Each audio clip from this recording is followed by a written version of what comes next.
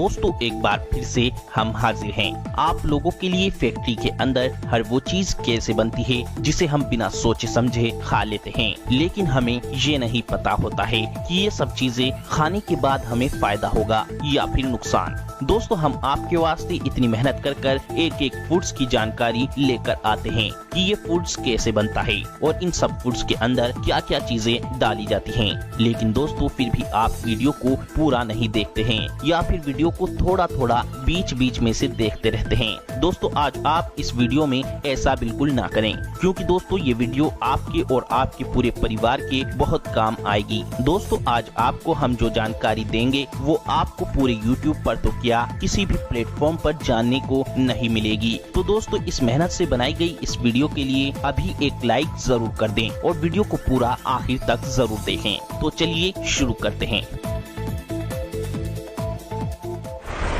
Capsule making process. दोस्तों जब भी कोई व्यक्ति बीमार होता है तो उस व्यक्ति को डॉक्टर दवाई के रूप में कैप्सूल भी दे देते हैं। दवाई के रूप में लिया जाने वाला कैप्सूल हर व्यक्ति ने खाया होगा, शायद ही कोई ऐसा व्यक्ति हो जिसने कैप्सूल ना खाया हो। लेकिन दोस्तों आप ये बात जरूर जानकर चौंक जाएंगे, इस कैप्सूल को बनाने में सुअर और सांड के मांस का यूज किया जाता है। दोस्तों कैप्सूल का जो कवर होता है वो देखने में प्लास्टिक का लगता है, लेकिन दोस्तों ये कवर जिलेटिन से बना होता है। जिलेटिन मांसाहार की श्रेणी में आता है। जिलेटिन बनाने का एकमात्र स्रोत जानवरों का मांस ही होता है। इस जिलेटिन को बनाने के लिए सुअर और सांड का इस्तेमाल किया जाता है, जो इन जानवरों के खून और इनके जोड़ों के अंदर पाए जाने वाले टिश्यू को उबालकर इस जिलेटिन को प्राप्त किया जाता है। और ये जिलेटिन बनाने की सारी प्रक्रिया फैक्ट्री के अंदर ही होती है। जिलेटिन का अपना कोई स्वाद और खुशबू नहीं होती है।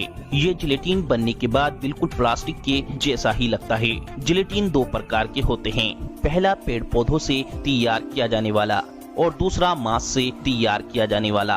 पेड़ पौधों से तैयार किया जाने वाला जिलेटिन काफी महंगा होता है। ये जिलेटिन इन कैप्सूल के दाम 4 से 5 गुना तक बढ़ा देता है। इसीलिए कंपनियां ज्यादातर जानवरों से प्राप्त सस्ते जिलेटिन का ही उपयोग करती हैं। कौन सा कैप्सूल जानवरों के मांस से तैयार किया गया है, इसकी पहचान का सबसे सरल तरीका ये है कि जिस कैप्सूल के पैक के ऊपर हार्ड जिलेटिन लिखा होता है वे कैप्सूल जानवरों के खून और मांस से तैयार किया होता है। दोस्तों कैप्सूल फैक्ट्री में बनाने के लिए सबसे पहले कंपनियां कैप्सूल के कवर को तैयार करती हैं। कैप्सूल के कवर को तैयार करने के लिए कंपनियां सबसे पहले जानवरों के खून और जानवरों की हड्डियों के अंदर से उनका प्रोटीन और टिश्यू को निकालकर इन्हें उबालती हैं और फिर जिस कलर का कैप्सूल बनाना होता है उस कलर को मिक्स कर कंपनियां एक लिक्विड तैयार कर लेती हैं।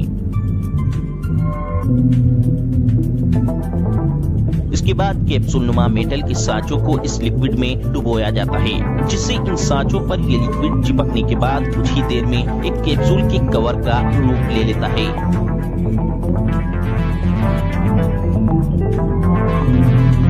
इस तरीके से कैप्सूल के कवर तैयार हो जाते हैं और फिर इन कैप्सूल के कवर के अंदर दवाई के पाउडर को भरा जाता है।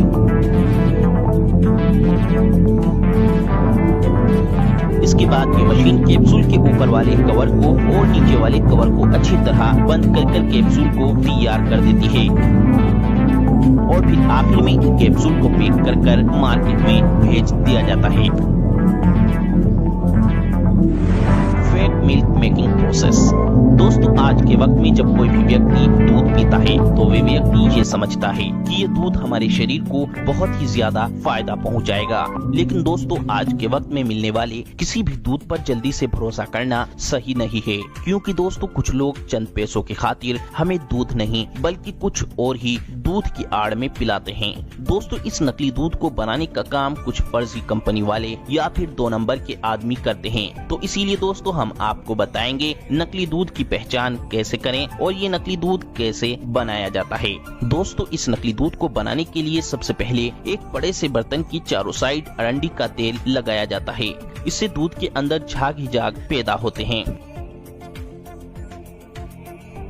फिर इसके अंदर सोडियम हाइड्रोक्साइड और न्यूट्रलाइजर को डाला जाता है और फिर इसमें दूध को इसका व्हाइट रंग देने के लिए इसमें कलर को डाला जाता है और दूध को टेस्ट देने के लिए सस्ते फ्लेवर को डाला जाता है। और फिर इसमें पानी को डालते ही ये नकली दूध तैयार हो जाता है। ये नकली दूध बनने के बाद ये कोई नहीं बता सकता है कि ये नकली दूध है या फिर असली दूध। दोस्तों आजकल मिल रहे नकली दूध की पहचान का तरीका ये है कि जब आप दूध को उबाल देते हैं तो दूध का हल्का सा कलर पीला पड़ सकता है, या फिर दूध को उबाल देने के बाद जब दूध को छाना जाता है तो दूध छानने के बाद आपको बहुत ही छोटी छोटी सफेद कलर की फुटके देखने को मिल सकती हैं, क्योंकि नकली दूध को बनाने में जिस पाउडर का यूज होता है वो पाउडर दूध को उबाल आने के बाद छोटी छोटी सफेद गोलियों का रूप ले लेता है।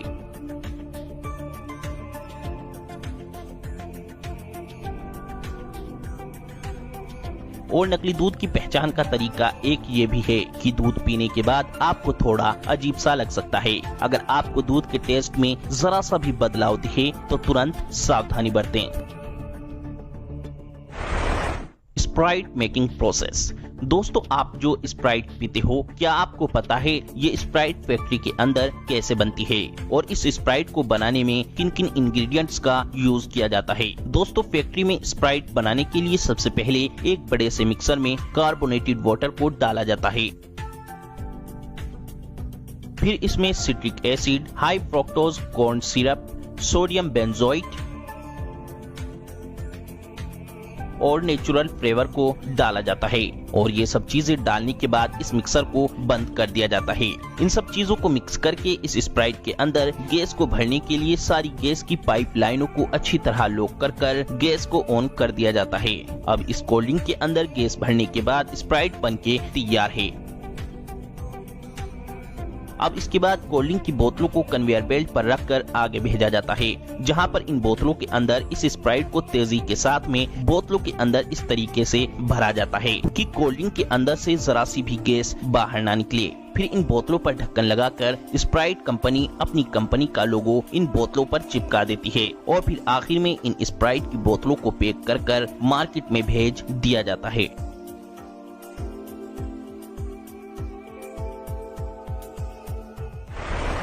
Fake vegetables making process. दोस्तों क्या आपको पता है नकली सब्जियां कहां पर बनती हैं? दोस्तों ये नकली सब्जियां बनाने का काम चाइना करती है और ये चाइना इन नकली सब्जियों को धड़ल्ले से सप्लाई भी करती है। दोस्तों पिछली वीडियो में हमने आपको बताया था कि ये चाइना के लोग नकली चावल कैसे बनाते हैं और कैसे सप्लाई करते हैं, और दोस्तों अब हम आपको बताएंगे कि ये चाइना नकली सब्जी कैसे बनाती है। देखिए दोस्तों यहाँ पर ये चाइना के लोग कितनी तेजी से नकली बंद गोभी तैयार कर रहे हैं। दोस्तों इस नकली बंद गोभी को बनाने के लिए वैक्स, प्लास्टिक और बंद गोभी को रंग देने के लिए कलर, इन 3 चीजों की जरूरत पड़ती है। सबसे पहले पानी को गर्म किया जाता है, फिर वैक्स और प्लास्टिक के लिक्विड मिक्सचर को इस गर्म पानी में डाला जाता है और फिर वर्कर तेजी के साथ में इस लिक्विड मिक्सचर को एक बंद गोभी का आकार देता रहता है। ये वर्कर तेजी के साथ में बंद गोभी के निचले और ऊपरी हिस्से को तैयार कर देता है।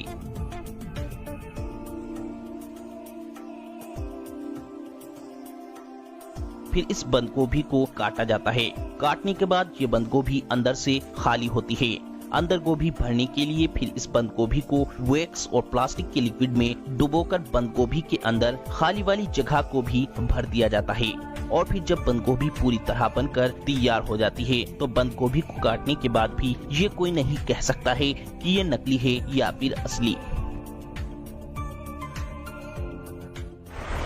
Chocolate making process. दोस्तों चॉकलेट का नाम सुनकर किसके मुंह में पानी नहीं आता?